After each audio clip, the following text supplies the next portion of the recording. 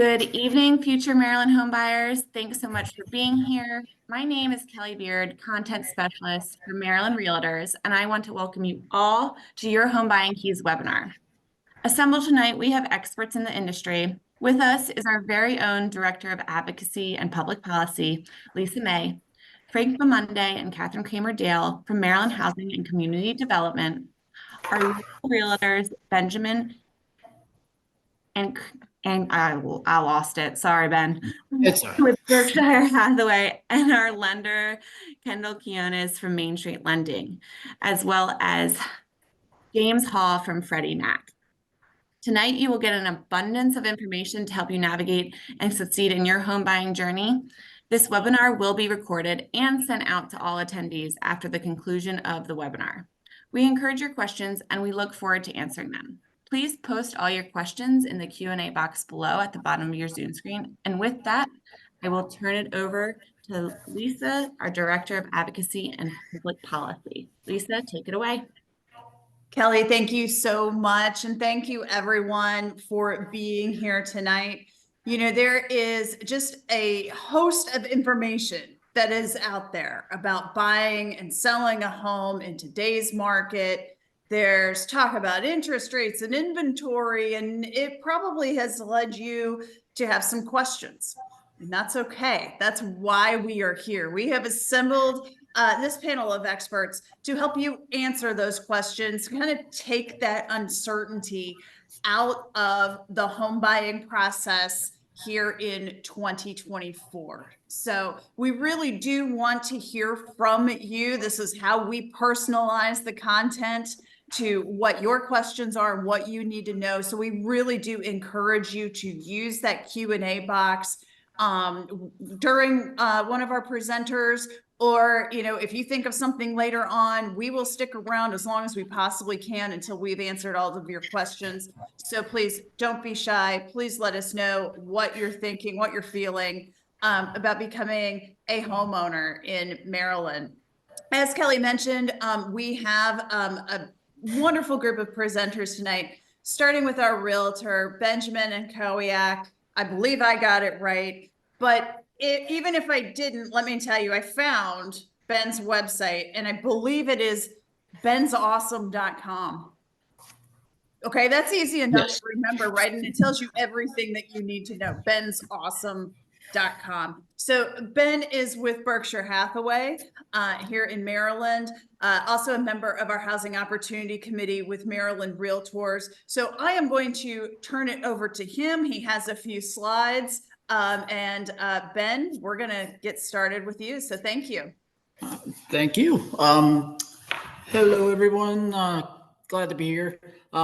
So a little bit about me. I am with it's Benjamin and Kowiak is the last name. I usually say Smith because it's a lot easier for everybody. But you were very close, Lisa. So that's pretty good. I'll give you a thumbs up.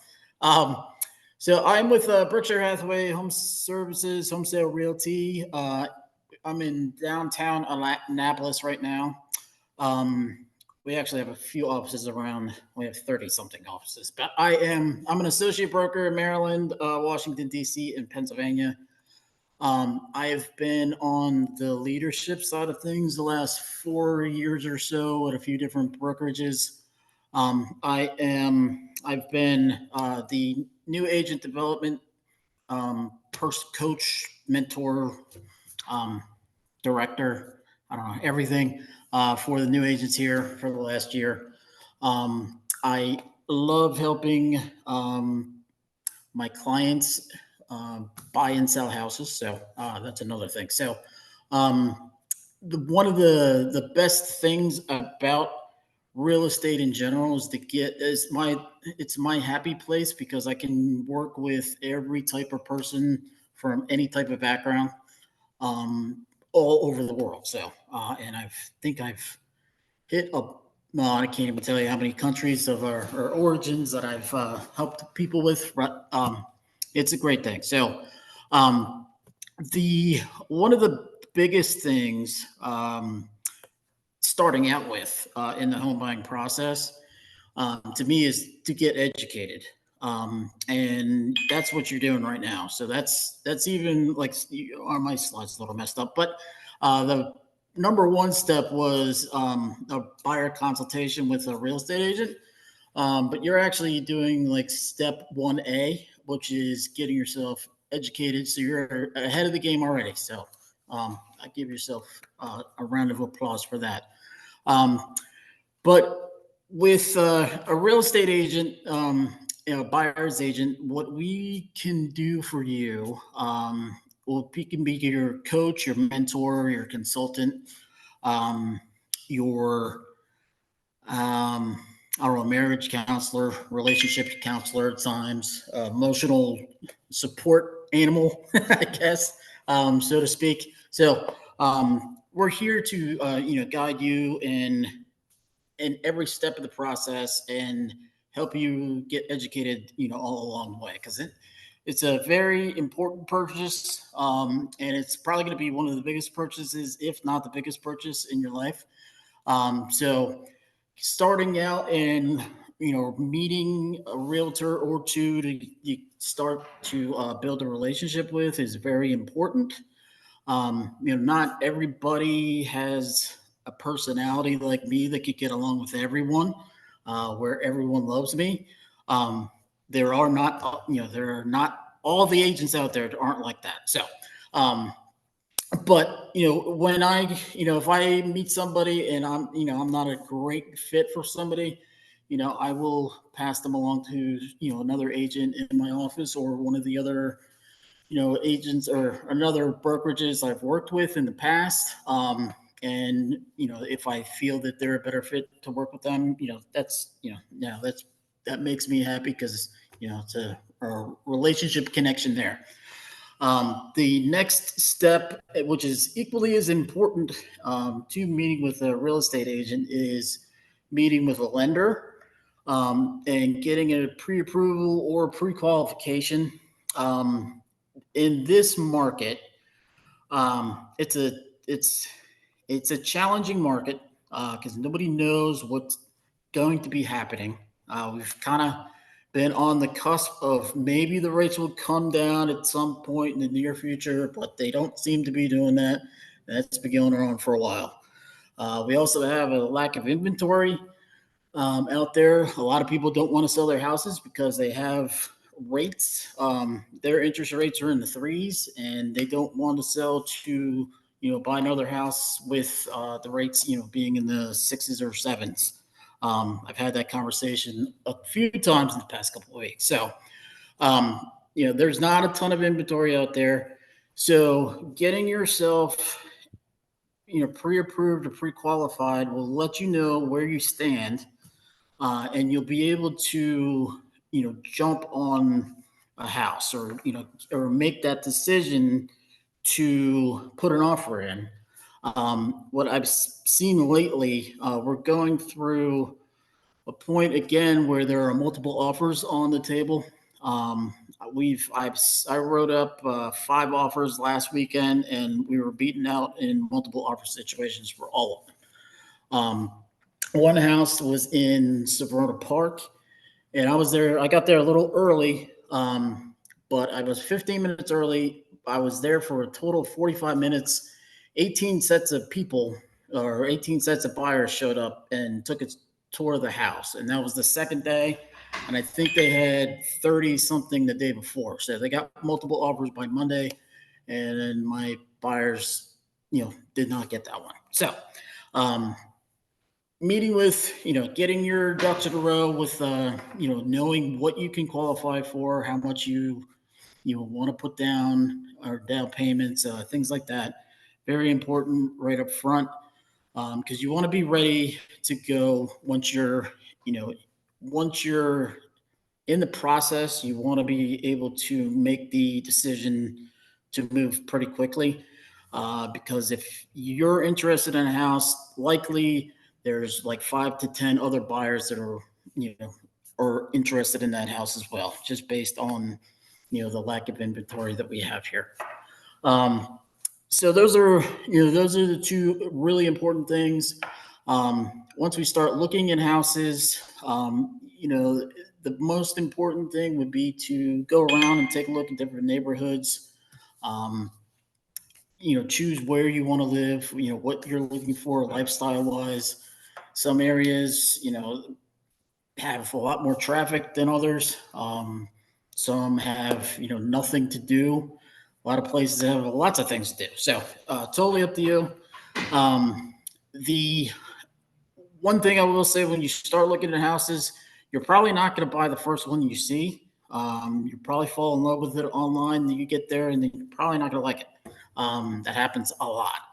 I've sold some houses, for the first showing, but it doesn't happen a lot. I think you'll learn as the journey goes on. You're gonna develop, new ideas of what you think you want, and what you can live with and what you can't live with. So it's definitely a process. It's a stressful process, but one of my first brokers always said that in real estate, if you say something wrong or something happens, nobody's going to die. It's not brain surgery. So I always like that. There's every transaction is going to have their little intricacies, little weird things that might happen. Some can be very, a big roadblock, but most of them can be overcome. I always kind of project myself, or I always tell my clients that if you're on an airplane and you see the flight attendant and you start hitting turbulence and things like that, and they're still calm and handing out drinks and everything, and they're not panicking, but you're sitting in the seat, thinking you're going to crash out of the sky. Take a look at me in that process, in this problem that we have in our transaction. If I'm not panicking, don't worry about it. We're not going to crash. So it's all good. So I'll take all the stress for you. I do that very well. You can ask my wife. So, but here, real estate agents, we're here to work with you, to be your advocate in everything. So I work with a lot of people, that I only work with people that do well with, and, treat my clients well. I've handpicked them over the years. And if I don't know them and I can't yell at them because they haven't done something, then that doesn't make me happy. But I've gotten through to a lot of these folks over the years, so I don't have to yell anymore. So it's all good. So, but just in general, you'll have a wealth of information beyond your real estate agent, because we know, tons of people, and we, facilitate relationships all around. We facilitate transactions, real estate relationships, et cetera, et cetera, et cetera. So I don't know where I'm at. I think I'm running out of time. One thing I will say, and sorry, my ADHD has gone crazy today, so bear with me. But one thing I will say, once you get in the contract, you get a contract that's accepted, this is very important. This would be a nice segue for the lender. That is the time where I usually kind of yell at my clients. It's just a warning, and say, don't buy anything. Don't take out a credit card. Don't quit your job. Don't retire a few days before you close on your house, because all of those things can ruin a deal at the last minute. So, and ask me how I know. Just so don't do it. But that's it. If you have any questions, just let me know. I kind of ramble on, but you kind of get the gist. We're here to help.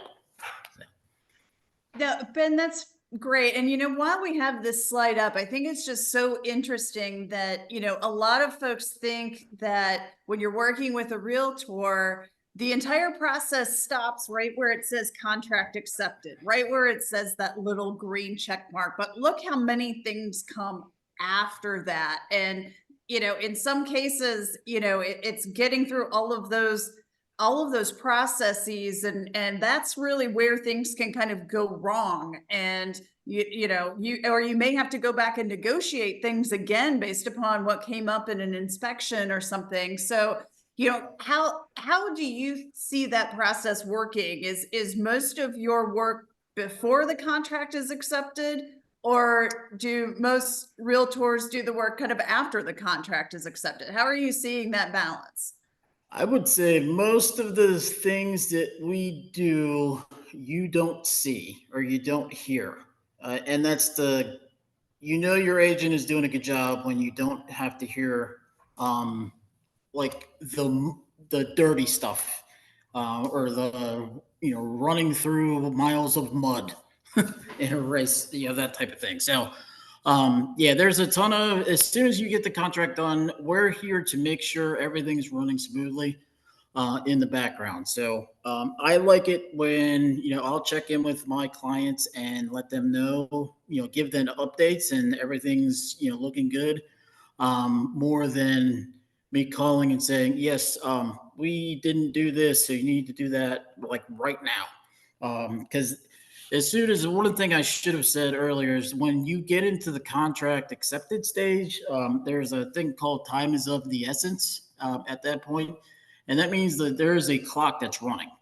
And it's, and there are things that take like 10 days, there are things that take 20 days, and you all have like a deadline to get there. So you have to get everything, all the moving parts finished before that, end deadline. So, yeah, so there's a lot of work in the beginning, but there's, a ton of work for us in the middle to get you to the end.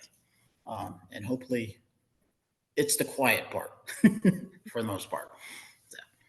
Yeah. And then, you did mention earlier about, you have some clients that are going through multiple offer situations. And unfortunately, that is just, kind of a reality a lot of times in today's market. I've been on the losing end of some offers, and it's really emotional. It really does hurt if you don't get the house that you've written an offer on.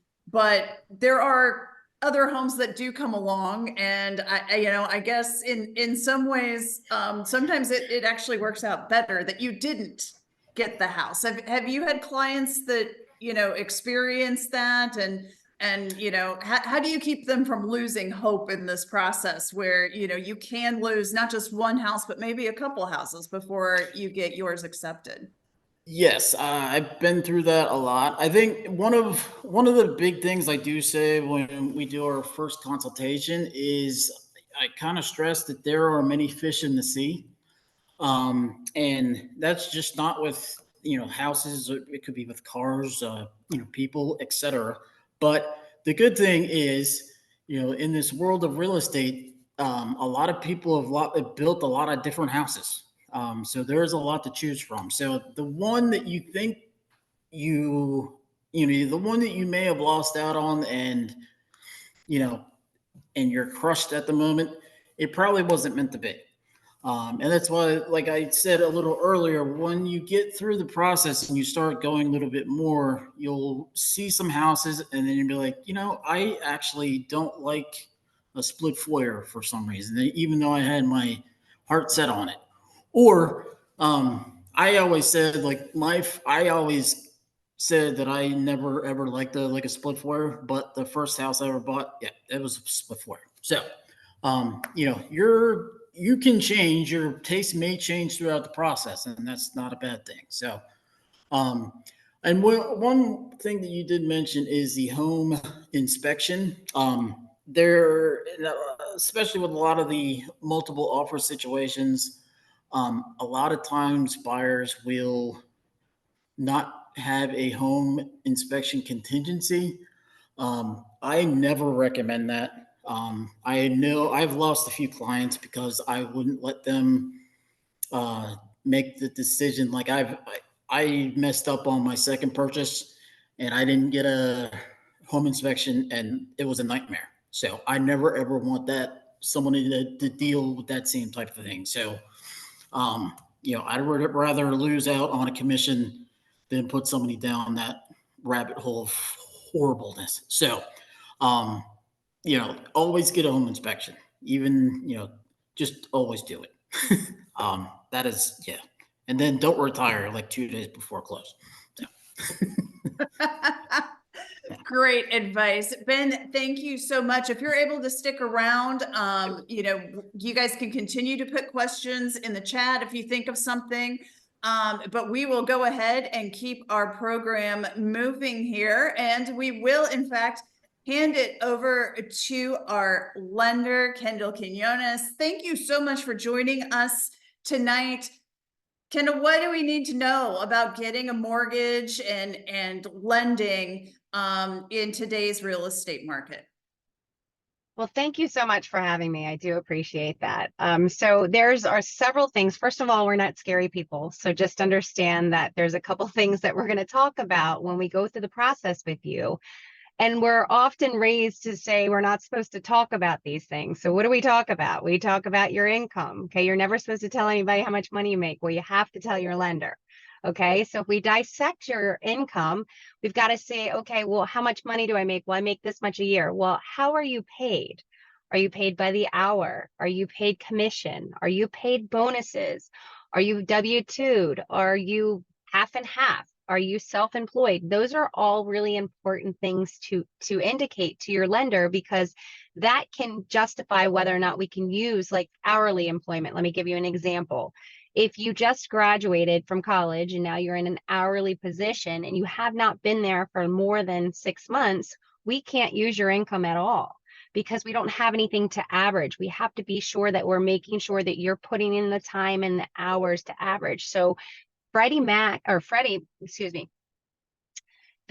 wants to have 6 months, and then Freddie Mac wants to have 12 months. So it's really important because a lot of these online lenders right now, when people are left to put in the information themselves, they oftentimes will get back what they put in. So if you say that you make, $40 an hour at 40 hours a week, whatever it is, but you haven't been at your job for a long enough time, that could really be a hindrance when you go through the process. So that's where you hear those horror stories of, things falling through. Now, if you're a salaried employee, let's go back to that same situation. That buyer that just graduated, as long as they're there for 30 days, can go into a contract. We can use that income immediately. So you can see there's a drastic difference there. Self-employed income, we have to have a 2-year history of your employment, right? And how do we prove that? We prove that by tax returns. So let's talk about self-employment for a second.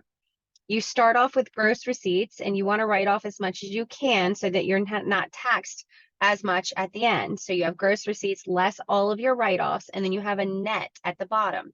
So with lenders, what we have to do, we have to take the first year and the second year and take the net and divide it by 24 months. So in your eyes, you may have made, let's say we've made $50,000, but you deducted $25,000 in equipment and expenses and payroll or whatever it may be, and now you're left with a net of only $25,000. Well, that $25,000 is all we can use as a lender. Let's say year one was actually a build-up year where you didn't make as much. We have to average 24 months of that income for you to qualify. So when you're going through that process of talking about something that's really something that's uncomfortable to you, because it's foreign, we don't talk about income, but that's really important that you give those pieces of information to your lender. Speaking to a human is really something that I want to focus on, because it's becoming so streamlined right now with the process of being able to just kind of go onto an online app, put your information in. You want to make sure somebody's looking and asking those pertinent questions so that you don't get under contract and have something where you can't purchase it. You want to be able to move forward in that. So what's the next thing we talk about? So we talked about your income. Now we're going to talk about how much money you have in the bank.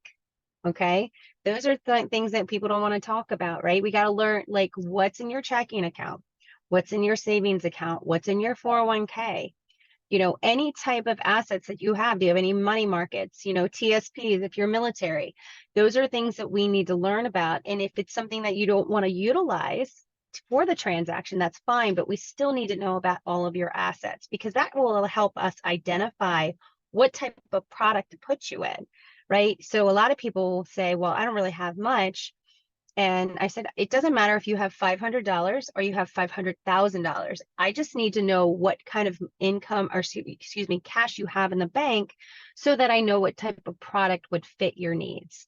So we customize that experience based upon that. So, and you never want to hide that information with bank statements. Let me give you an example.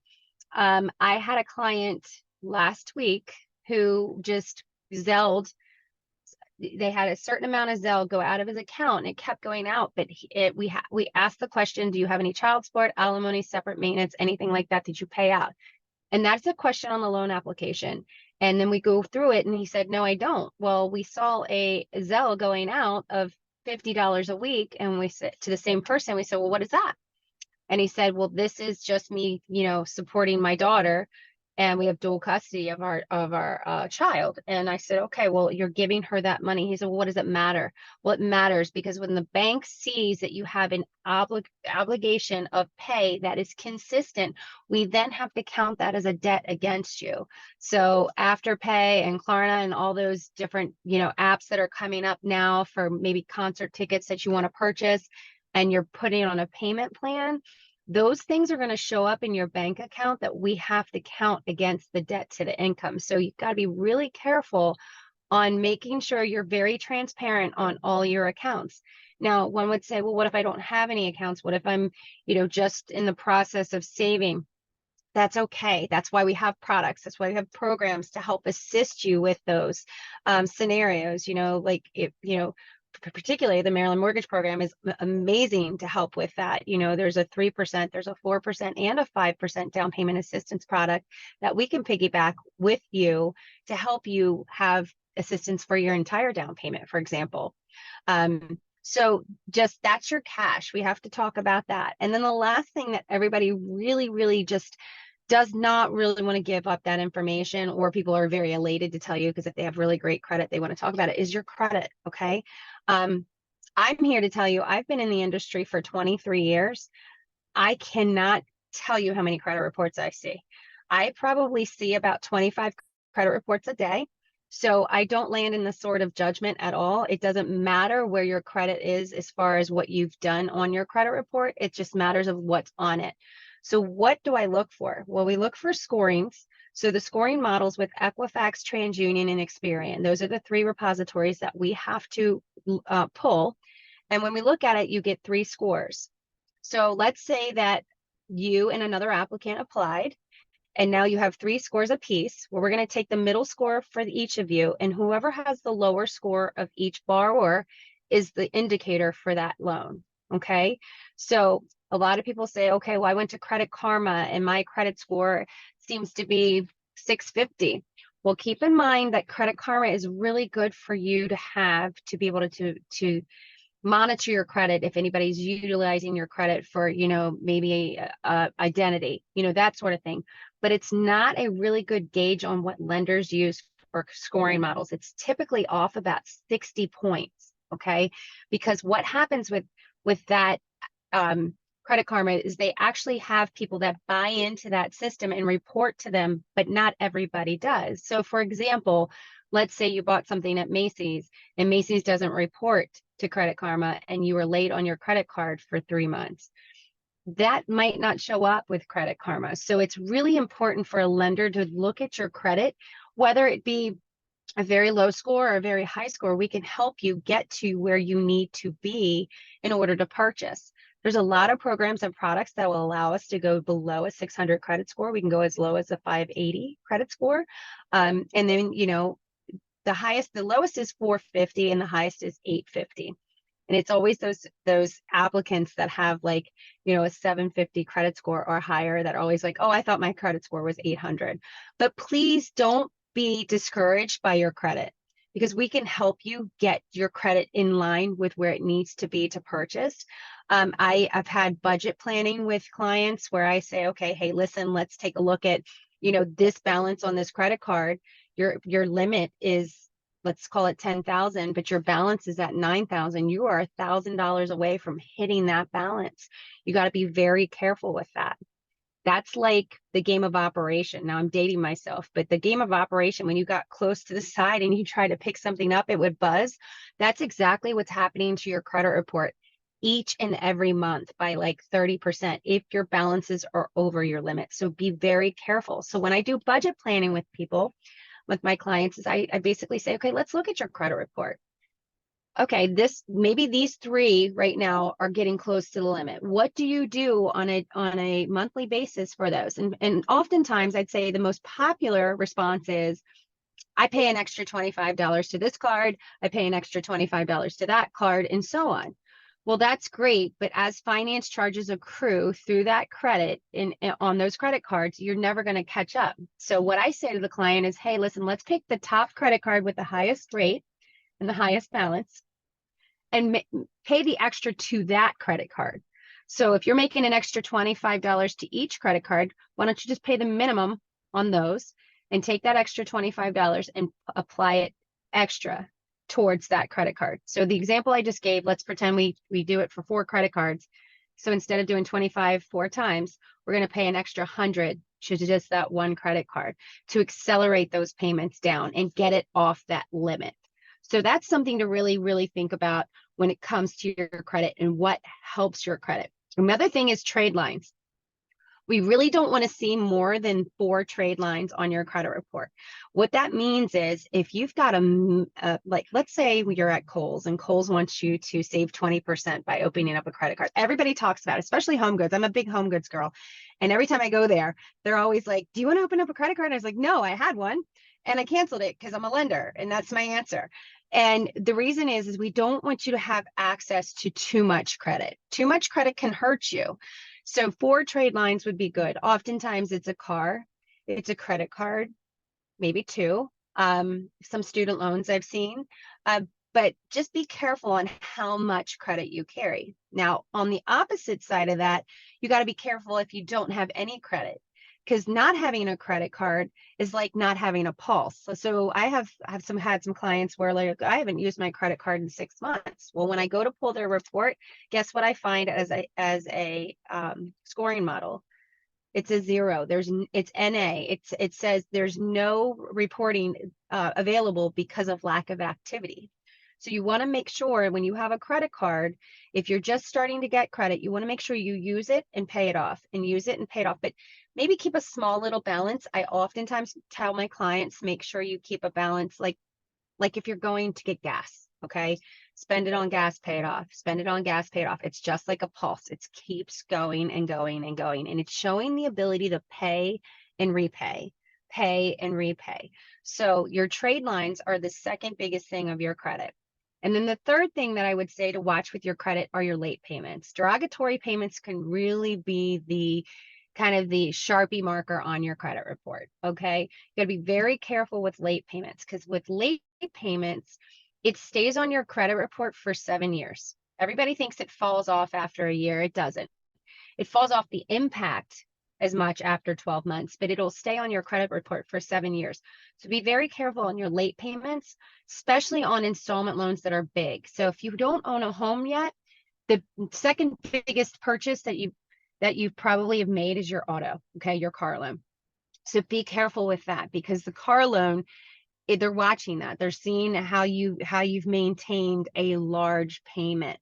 So if you never want to be late on anything, but if you had to choose, a smaller credit card versus a car payment is definitely the one to choose to do that if you ever get into, a financial strain. So, the 3 major things that we're going to talk about when you talk to a lender that are super uncomfortable, that you need to just be okay with when you have that relationship with your lender, is talking about your income, talking about your cash, and talking about your credit. So as I've talked about that, there's things I want you to ask me. I want you to ask lenders this, and you're going to ask them this when you start the process, and you're going to get a couple answers as you go through the process. The answers will change a little bit. So the 3 most important questions to ask the lender would be, what's my rate? What's my payment? And what cash to close do I need? Okay, that should be something you discuss with your lender before you contractually bind yourself to anything. Okay. So we customize the experience where we will take you from start to finish. The minute I say hello to the minute you get your keys, you have me. And you have anybody that's on my staff, we work in a customized experience for you so that you're not guessing, because a lot of information that's online is inaccurate. Shocker, right?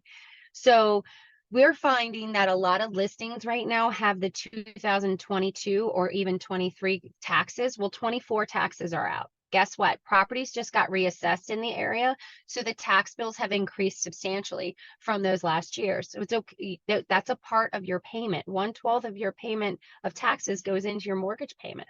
So pulling that and customizing that. So my advice to you as a new buyer would be, let's get you pre-qualified, go through all that to find out whether or not, what you're comfortable with in your budget, what kind of cash you can spend, because you're always going to fall in love with the house, but I guarantee you one thing, you're never going to fall in love with the mortgage payment, ever. Okay. So I have to make sure that you're comfortable. I don't want you to be house poor. I want you to live your lifestyle on credit. I can't see how many times you eat out. I can't see how many times you go to Starbucks. I can't see how many movies you like to watch at the theater. That's your lifestyle, and that's fine. What I can see is only the things that are reporting on credit and, cars and things like that. So as you go through the process, the first questions are going to be like, okay, let's talk about that budget. Let's talk about your time frame. Is it now? Is it August? Is it at the end of the year? We'll go through that, and then we'll say, okay, well, in that budget, this is where the sales price is that you should stay around. Okay. If you qualify for $1 million house, does not mean you need that $1 million loan. I don't want it, and I don't think you do. Right. So it's a matter of what is comfortable for my budget. Okay. Let's call it $2,500. Then I'm going to tell you the sales price you should stay around. And that's when you start to shop. Now, a lot of clients they get excited when that process starts, and they'll go online at night and they start to dump properties to us the next day. That will become very overwhelming for you, because if you start seeing properties, you're not going to know. If you set, let's say you sent 10, you're going to be like, okay, wait a minute, that property, which one belongs to what? You don't want to do that. What I would say you should do is you should grab one at the highest price point that you would want to spend, and start that with a rough draft. Okay. You hand that to your lender and you say, okay, this $350,000 is all I want to spend on a house. That's the most I want to spend. You qualified me up for $375, but $350 is my comfort range. Great. I'm going to ask you to go pick out a $350,000 property in the area that you would be interested in. Now, listen, this is not something that's set in stone. It's just for fun. It's an exercise of a rough draft. So then the next day, I'm going to deliver you the rate, the payment, and the cash to close for that particular product. So you're not going to have any questions. We'll learn how to read the numbers and kind of analyze how this all works, so it's not so overwhelming. And then your next step would be to go see properties. See them, smell them, touch them, all of the things that you need to do, because photography nowadays is so good. So, as he mentioned before, you might not like that first house. So why get yourself so twisted over the numbers of a house you don't even want to buy, right? That's what I mean, where it can be overwhelming. Once you identify the property that you really want, that's when you have to sit down with your loan officer and really say, okay, I need to know exactly those 3 questions. What's the rate? Well, rates change every single day, every day. And sometimes in a volatile market, it's bumpy. It's like turbulent, right? And it could change during the day. Past 2 weeks, we've seen improvements. We've seen, negative market instability. They bump, but it doesn't matter until you actually have a contract. So what we do is we say, okay, here's a range of what the rates are doing today. Here's what the payment is. Here's your cash to close. Are you comfortable with that? And if the answer is yes, then we supply you with a letter that's specific to that property address. So even though you may have been pre-qualified up to $1 million, that letter is going to be specific to your offer. So if the property address is 123 Main Street, That's what that letter's going to say. And it's going to be for the offer price that you have decided that is comfortable for you and what your realtor has decided to put the offer in with you. So that's the experience that you deserve. That's the experience that we as lenders, especially local lenders, like to take with you. I just say buyer beware of just putting in information online, because what you get in is what you get out, and sometimes that's going to stall the process because they may not have asked you the right questions. So I want you to ask me the right questions, and I want to make sure I'm asking you the right questions. So I hopefully that helps you, and guiding you through the system. It's just, don't be afraid to talk to a lender. It's actually really important to get that baseline first before you fall in love with something, because you might not be able to afford it, right? Or maybe it's something you've been looking at sales prices that are too low and you didn't know you could afford a lot more home, right? So those are some exercises that I would say that, you really wanted to focus on. And then I'm gonna also kind of share, am I okay on time? We're getting a little close. I do have a couple questions for you, since Okay. you did offer, to have us ask our lender questions. Sure. So, Sure. really quickly, because you brought up some excellent points, and guys in the audience, we've been doing these webinars for a year and a half, and these are the first time I've heard these particular questions. So you guys are doing great tonight. You mentioned having, looking at bank accounts and everything going in and out. How would a buyer provide that bank account information for you? Do they print it out and hand it to you? Does the lender get it from the banking institution? How does that all work? That's a great question. So it all depends on how you want to perform this journey with us. Okay. So a lot of people are very protective. They want to go on their own, like I bank at Bank of America. So I would go online, I would get my bank statements, I would print them in as a PDF, and then I would email them over to my lender. That's how I would do it. Now, some people don't want to be bothered with that. So we actually have a system in our online app where, once we have that consultation, I can send you the online app, and it'll actually pick up the lending areas from your application through the GPS. So if I were to do that right now, it would pick up all the local banks in the area, and you would click on that icon and it would pull up Bank of America. And then I would just put my code in for Bank of America, and it would extract 60 days of my bank statements directly to the lender. So there's two types of ways to do it. Well, the third one is to drop them off at my office if you're elderly and you don't want to do any of that, because that happened this week too. So it all depends on what you prefer. Wonderful. And then let's say that you have a fraud alert on your credit report. Do you need to take that off in order for a lender to be able to pull the report, or can that stay on and your lender still get the information that you need? Thank you so much for bringing that up. Please tell your lender if you have a fraud alert on there, because it's what's going to happen is we go to pull it and it'll just alert us and say that it's frozen and that we can't. So then that's a two-step process, because we're going to call you back and say, hey, listen, can you release it? And it usually takes about 24 hours of releasing it, and you can give it time. You can dictate how long you want it to be released, and I can then say, okay, I've already pulled it, you can now secure it again. So that is a very, very good point of how, I would say, just being careful with what you actually, once you tell your lender, okay, go ahead and pull credit. Some people forget, right? So when we pull it, we have to just come back and say, sorry, we can't pull this right now. But I also will tell you that we're not in the market right now to pull hard pulls right now. We're doing a lot of soft pulls where it doesn't affect somebody's credit score, because it's taking longer than normal for people to find homes, right? Credit reports are good for 120 days. And sometimes it might take that long. So we just pull a soft pull, which will not affect your score at all until you're actually finding a property. Once you find that property, we will pull a hard pull to put the offer in. Now, if you're on the fence with your credit score and your credit score is kind of iffy, we'll do a hard pull in the beginning. Great. And then for people who do have, say, multiple lines of credit out there, but maybe they don't use them, should they be closing those accounts before talking to their lender?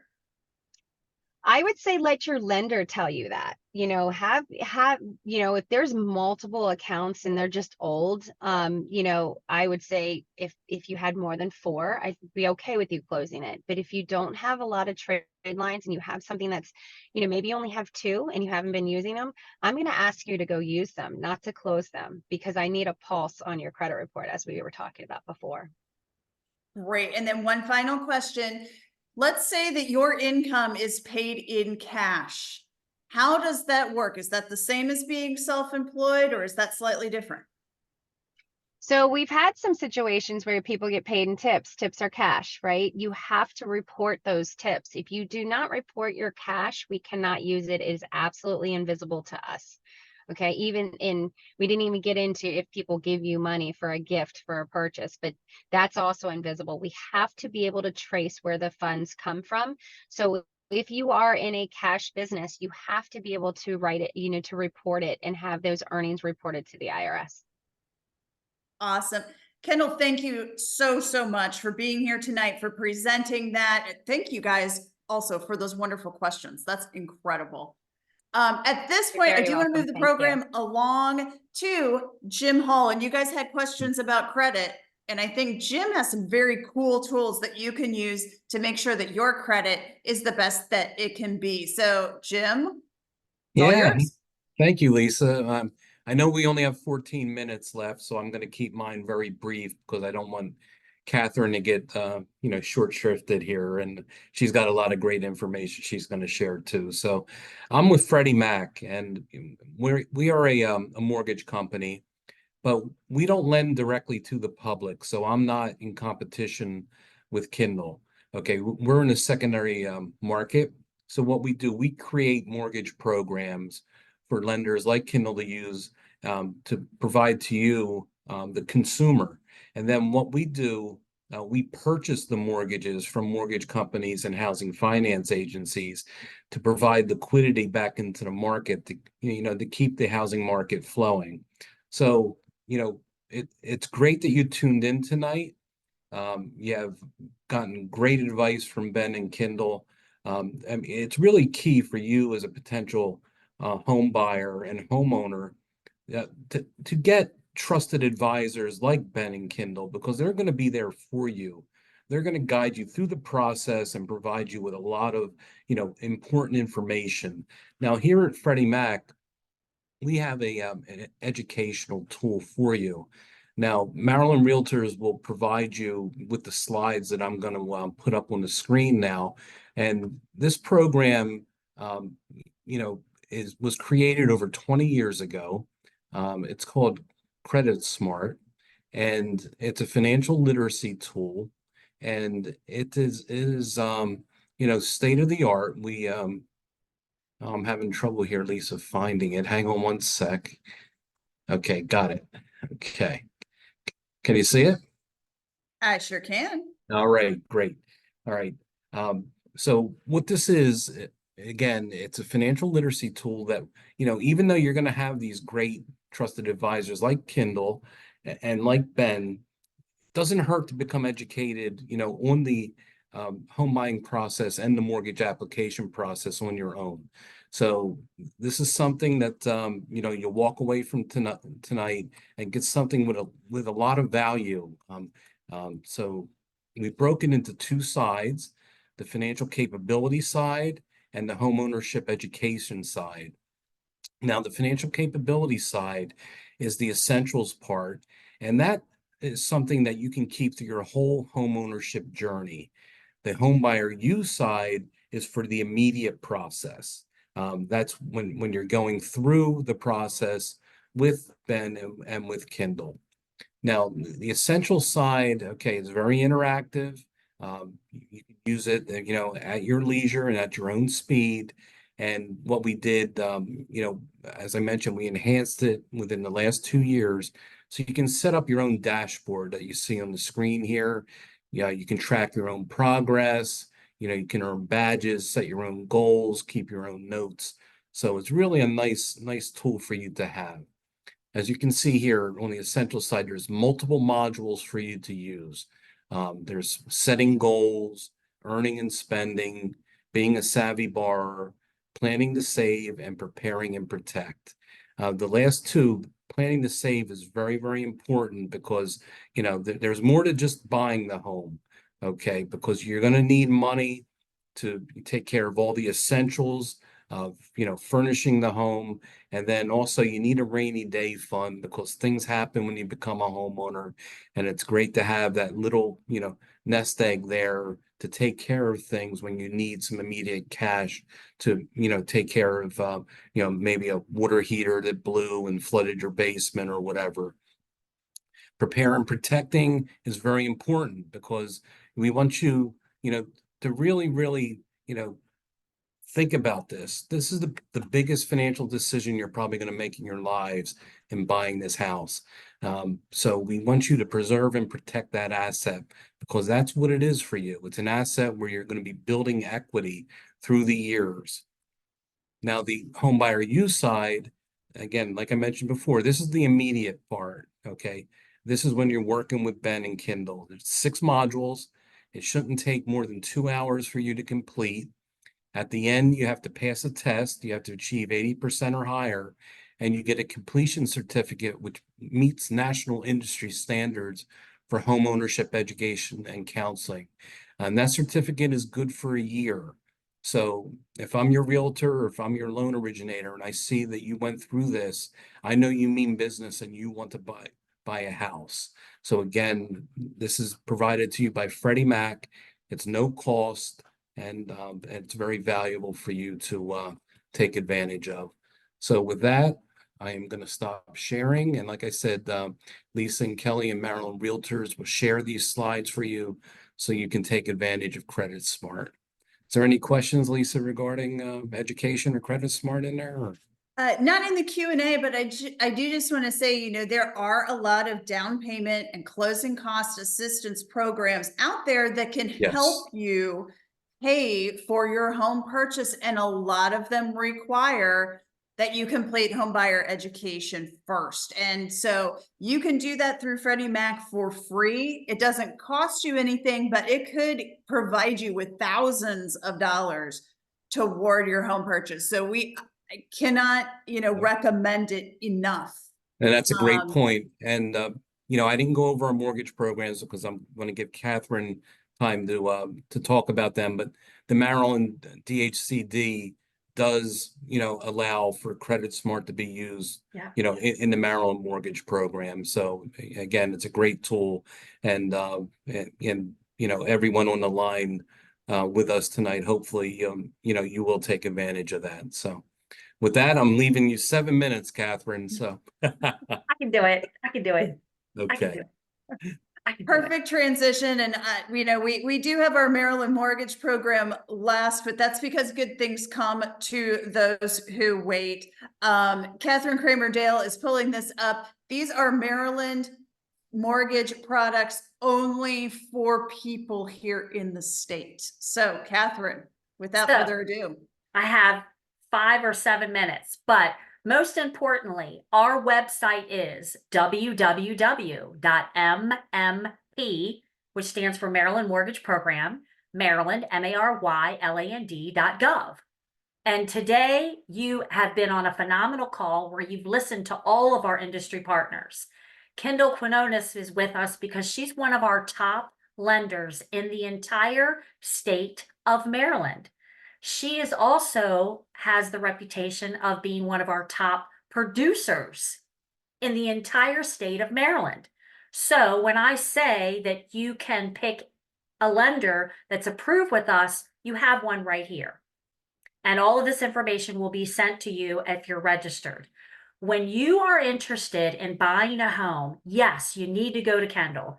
Kendall's going to ask you all those uncomfortable questions so that she knows exactly how she can help you.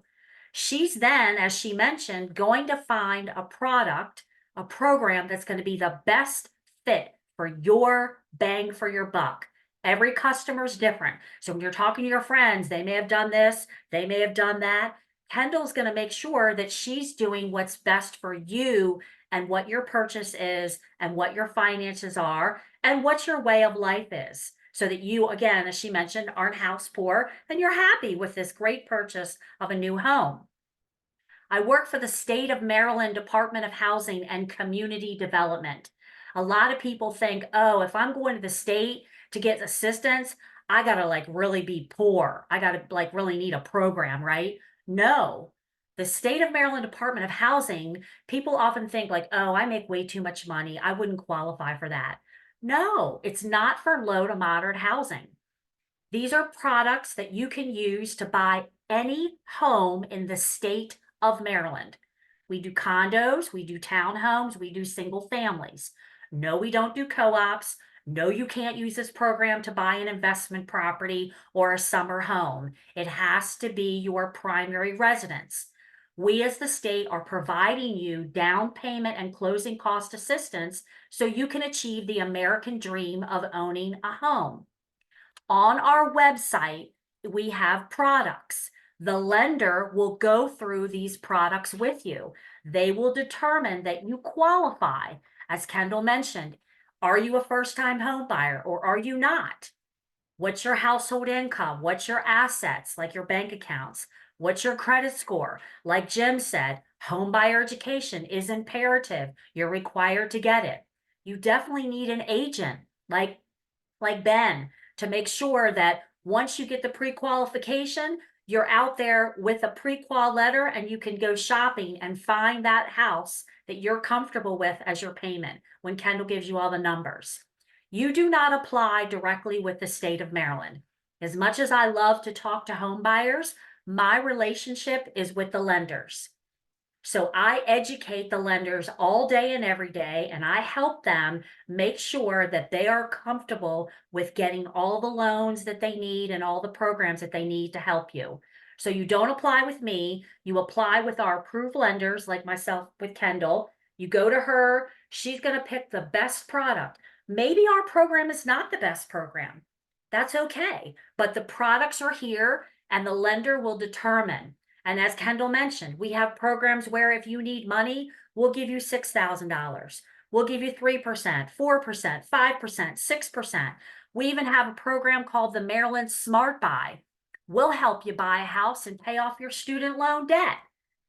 We have programs that if you're buying in Montgomery County, Maryland, they'll give you $25,000 to help you. We have programs in Prince George's County. If you're buying a home in the state of Maryland, when you talk to your lender, let them know that you want to tap into programs that provide you money, not only with the state of Maryland Department of Housing, but also with any other city or county program that is available to you. So you got a bucket of money with the state, you got a bucket of money with a city or county program, and Kendall's going to help you bring all these buckets together so maybe you can leave your checkbook at home.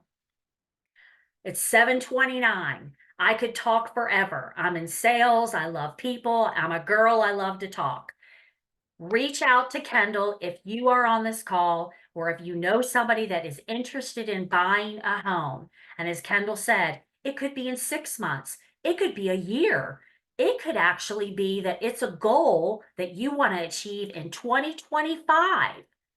It's never too early and it's never too late to start preparing and educating yourself with the knowledge this is the largest transaction you will ever do in your life.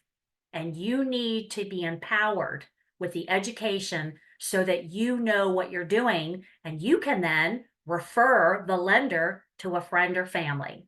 So reach out to the state of Maryland, reach out to the lender, reach out to Lisa May with the Maryland Realtors. Jim Hall is with Freddie Mac. He's a phenomenal partner with the state of Maryland. And I am done. Calvin Kramer Dale, thank you. Gosh, right on time too. I love it. But did you guys know that there was a loan product out there that would help you pay off your student loans? I mean, isn't that that's incredible? Yeah. And it's only in Maryland, right, Catherine? Yes, Like, we are the no other only state in the entire country How that cool is that? offers a program that will help you pay off your student loan debt. Because a lot of people, hey, listen, I had a kid at home too, graduated from college. And as much as I loved her, I was like, come on, little girl, it's time to cut the cord. It's time to go. Stop borrowing mommy's makeup and then it disappears, right? You know, you've got to educate your family members and your children that they can do this. And the greatest obstacle in life is the fact that people don't know. People don't know that these programs are out here. That's why it's the greatest thing that you're sitting on this call and share the information. Tell your friend, hey, you should have been on this call. It's a great opportunity to learn. So, yep, we offer so many programs with the state of Maryland, and it's not a handout. It's a program to help you. And I will tell you, you got to pay it back. It's a loan. It's no interest, no payments, but you got to pay it back so we don't ever run out of money. So it's always there, but we're letting you borrow money to help you get into your house, and then you just pay it back when you sell or refi. I'm like your grandmother, right? We All won't right. say paying it back. We'll say paying it forward so Paying that it next forward. buyer can get Love in it. there. Love it. Yeah. Did have one question, and actually this could probably go to probably any number of you, but I'm just going to go ahead and throw it out because Catherine's here. So Okay. if you have a home buyer certificate, say from a different mortgage program or a different financial literacy program, would you need to also get one through Freddie Mac? And I'm sure the answer is going to be, it depends, right? There are different program requirements and you know, different things out there, but there are national standards for Yeah. home buyer education, right? Yeah. So with our program, or even, you know, Kendall can help you or Jim can help you too, as long as it's HUD approved or national industry standard, most of the time those home buyer education classes are accepted across the board. But, you know, Kendall can, like, if you've already taken the class, the certificates are valid for 1 year.